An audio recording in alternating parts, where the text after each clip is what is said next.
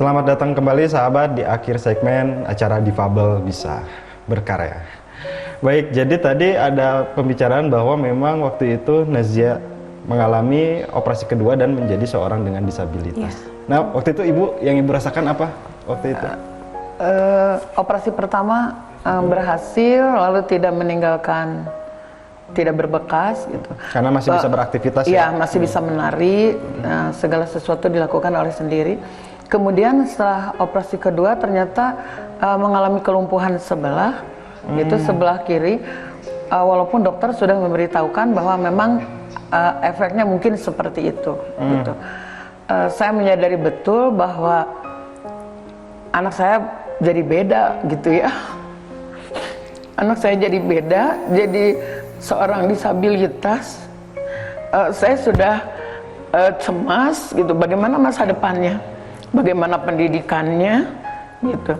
Tapi di balik itu ada suatu ketenangan bahwa Tuhan itu memberikan cobaan tidak akan melampaui apa yang saya sanggup gitu.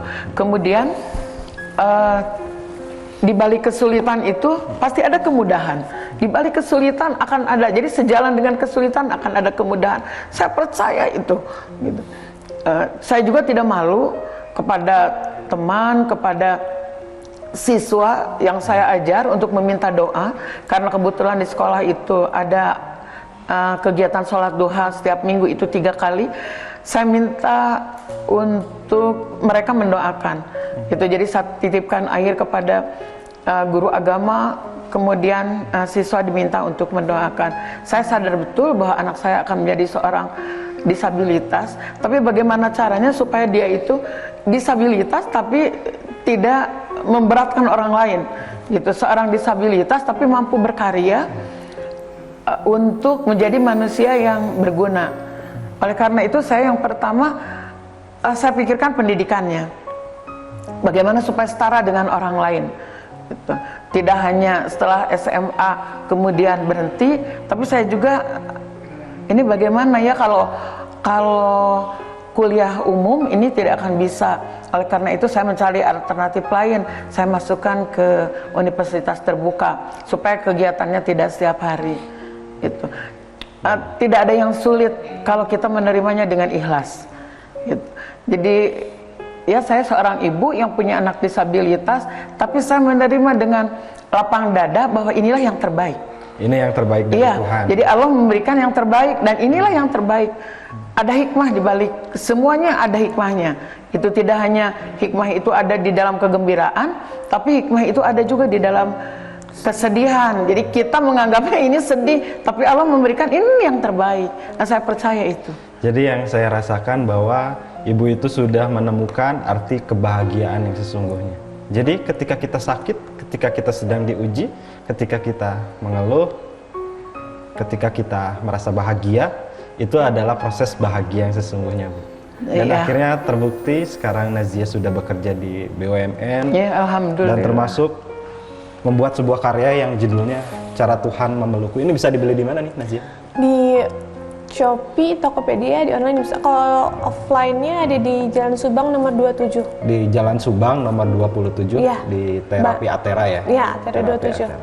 Jadi teman-teman bisa simak atau bisa baca bukunya Nazia. Saya terharu, saya menangis ketika membaca buku ini. Saya sangat tergetar hatinya. Dan yang saya rasakan, Bu, ketika membaca buku ini, saya menjadi merasa rendah gitu. Ternyata ada orang yang berjuangnya seperti ini, termasuk seorang ibu yang selalu kuat menyadarkan Nazia pasti bisa sembuh. Itu Masya Allah. Jadi memang teman-teman bisa bisa dibeli di yang tadi Nazia sebutkan dan di Jalan Subang, Antapani nomor 27. Judul bukunya Cara Tuhan Memelukku. Nah, ini kepikiran buat menuliskan kisahnya di buku. Dari mana, Nazia? Aku pengen banget untuk nge-share, untuk menyemangati orang-orang di luar sana yang memang lagi kayak aku gitu, kayak aku dulu lagi berjuang untuk melawan penyakit, melawan kesusahan mereka gitu. Aku ingin mereka percaya bahwa keajaiban itu ada, bahwa asal kita semangat, kita pasti bisa meraih apa yang kita inginkan gitu. Aku sih gitu ya. dan terbukti. Yang terbukti dengan doa, dengan semangat, dan aku sangat percaya dengan keajaiban, dan teman-teman juga harus banget percaya supaya kita bisa meraih apa yang kita inginkan. Dan figur ibu bersama doanya Ya, yang membuat betul. Nazia sampai berada di acara ini, membuat sebuah karya yang mungkin butuh proses, Ya. butuh waktu untuk menerka gitu ya. Iya, betul. Masya Allah. Jadi teman-teman, kita bisa sama-sama belajar dari Nazia, termasuk bagaimana kesabaran yang Nazia lakukan. Walaupun memang ketika menghadapi itu pasti awalnya ada rasa marah ya. Iya, Tapi betul. setelah itu adalah rasa ikhlas di dalam hati. Karena ada satu tujuan besar Nazia ingin sembuh, yaitu melihat ibunya tersenyum. Termasuk Nazia menulis puisi ya di situ ya. Iya. Jadi di akhir segmen ini kita akan dihibur dengan puisinya Nazia terkait dengan perjalanan Nazia yang Nazia rasakan selama dari usia 3 tahun mungkin ya, ditinggal oleh ayah, dan 17 tahun operasi kedua, pengangkatan tumor otak dan menjadi seorang dengan disabilitas.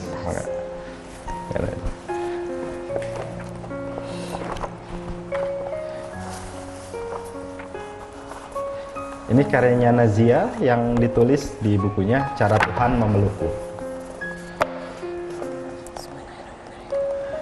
Tuhan, raihlah tanganku Tuhan, pegangilah aku Tuhan, beritahu aku masih bisa menggapai impianku, tuntun aku menuju harapan itu Tuhan. Aku akan berlari di jalan yang Kau tunjukkan, aku akan terbang kemanapun Kau memberi arah.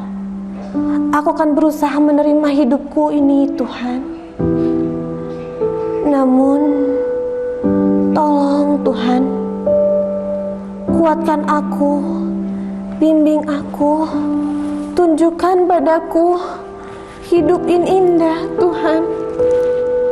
Dan hapuskanlah segala penderitaanku di hidup ini Tuhan. 2014, Nazia Yazidah.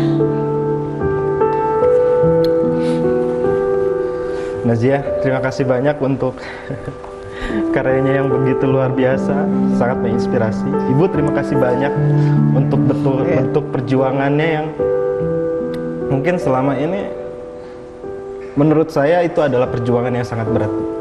Tapi ibu berhasil untuk menghadapi hal itu dengan senyuman, dengan tangis, dengan rasa gembira, dengan rasa yakin Nazia bisa sembuh.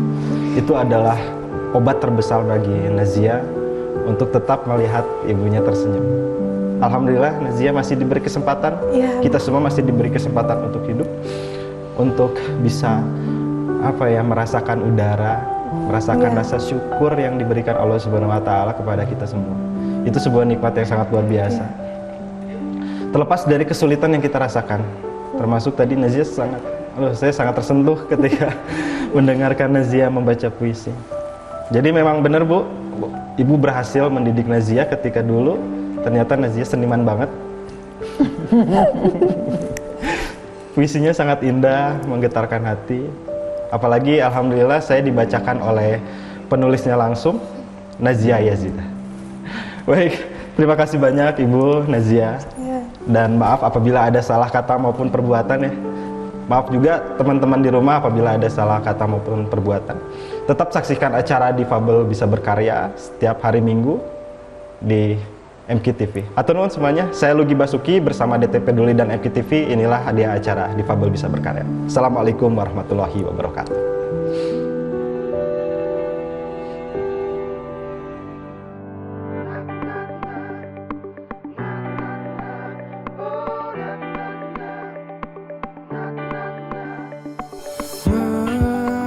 Mentari bersinar, membakar semangat